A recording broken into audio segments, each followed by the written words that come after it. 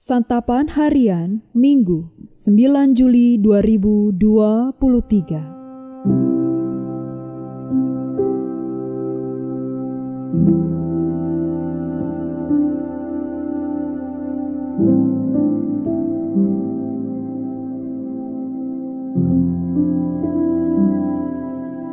Inilah program Santapan Harian, sebuah program yang mengajak Anda menelusuri isi Alkitab, agar Anda menemukan makna firman Tuhan sesuai dengan konteksnya.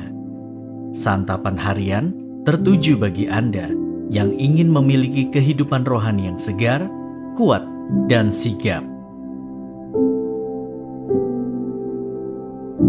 Hari ini kita akan membaca Ibrani pasal yang ke-12, ayat yang pertama hingga ayatnya yang ke-17. Namun kita akan membacanya pada ayatnya yang ke-7 hingga ayatnya yang ke-17. Sebelumnya, mari kita berdoa. Di dalam terang-Mu Kristus, kami bertelut. Bimbinglah kami di dalam perenungan firman-Mu saat ini. Di dalam cinta-Mu, Yesus Kristus, kami berserah. Amin. Ibrani 12 ayat 7-17. Jika kamu harus menanggung ganjaran, Allah memperlakukan kamu seperti anak. Di manakah terdapat anak yang tidak dihajar oleh ayahnya?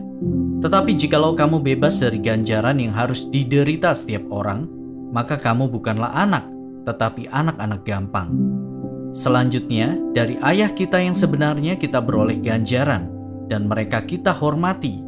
Kalau demikian, bukankah kita harus lebih taat kepada Bapa segala roh, supaya kita boleh hidup?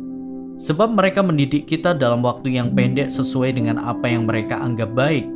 Tetapi Dia menghajar kita untuk kebaikan kita, supaya kita beroleh bagian dalam kekudusannya.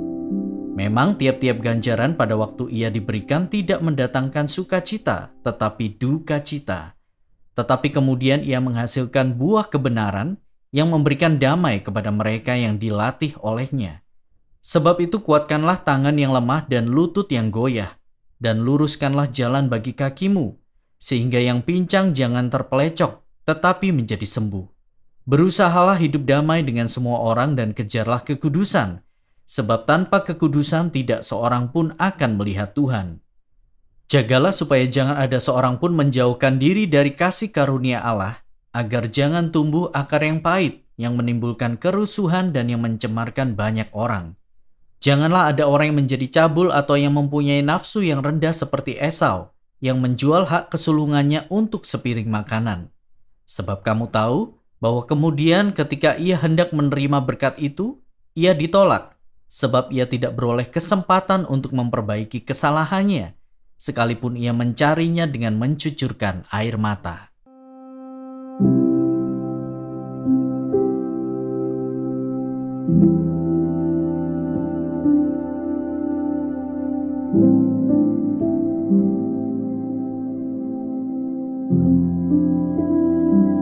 Sahabat Santapan Harian, ada yang berkata bahwa hidup ini bagaikan perlombaan.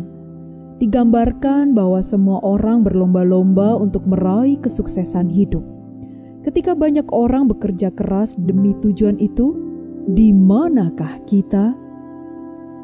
Penulis surat Ibrani juga menggambarkan kehidupan orang beriman sebagai suatu lintasan lomba.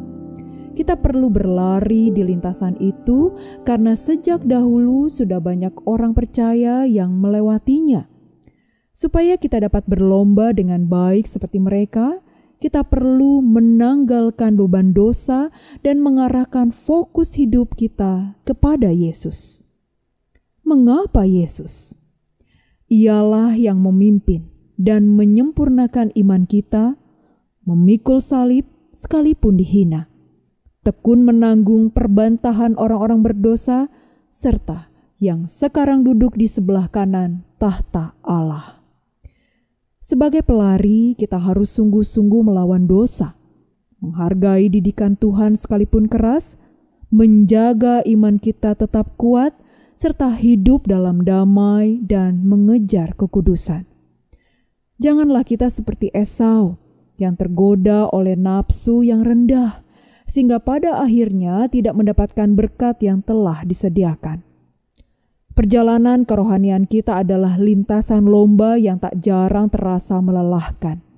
Keinginan duniawi dan ejekan dari dunia dapat membuat kita berhenti berlari.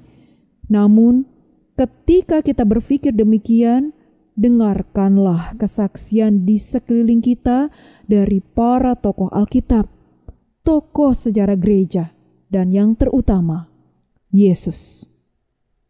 Selama perlombaan panjang ini, kita perlu bertekun seperti Yesus. Ia menjalani misinya sesuai dengan kehendak Bapa.